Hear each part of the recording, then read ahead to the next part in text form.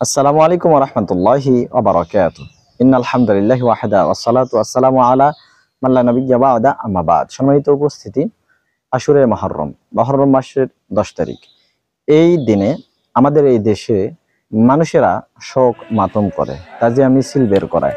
এরা আদৌ মুসলিম নয়, এরা নিজেদেরকে অবশ্য শিয়া মুসলিম দাবি করে। মনে রাখবেন, এরা আদৌ মুসলিমই নয়, কেননা তাদের আকীদা বিশ্বাস ঠিক নেই।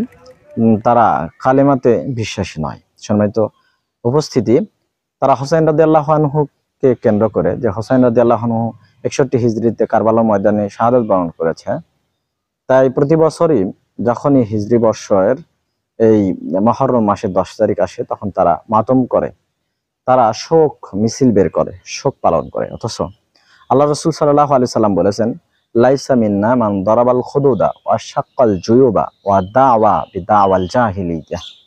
তিনি বলেছেন, ওই ব্যক্তির সাথে আমার সম্পর্ক নেই, ওই ব্যক্তি আমার উম্মতের দলভুক্ত নয়, যে শোকে বুক চাপড়ায়, বুকে আঘাত করে, মাথার চুল টেনে ছিঁড়ে ফেলে এবং জাহিলি যুগের ওই সে মাতম করা, কান্নাকাটি আবার প্রমোট করে, সে আমার দলভুক্ত নয়।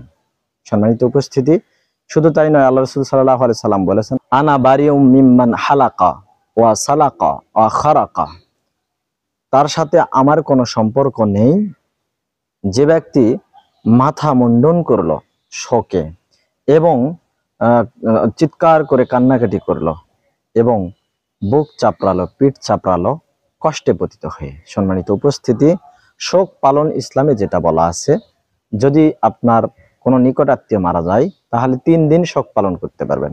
একজন স্ত্রী, সে তার স্বামী মারা গেলে 4 মাস 10 দিন ইদ্যত পালন লক্ষ্যে শোক পালন করতে পারে। তাছাড়া আমরা যদি আমাদের কেউ মারা গেলে 3 দিন পরে কুলখানি, 10 দিন পরে 10 ওয়া এবং 40 দিন পরে 40 তাছাড়া 1 বছর পরে মৃত্যুবার্ষিকী, এগুলো পালন করা ইসলাম কখনোই সমর্থন করে না। এগুলো এসেছে হিন্দুদের মাঝখান থেকে।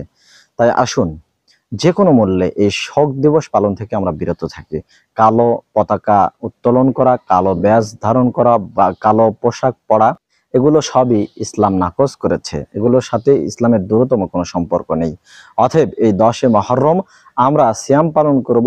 নাজাতে মুসা আলাইহিস সালাম মুক্তি পেয়েছিল অনেক বছর আগে।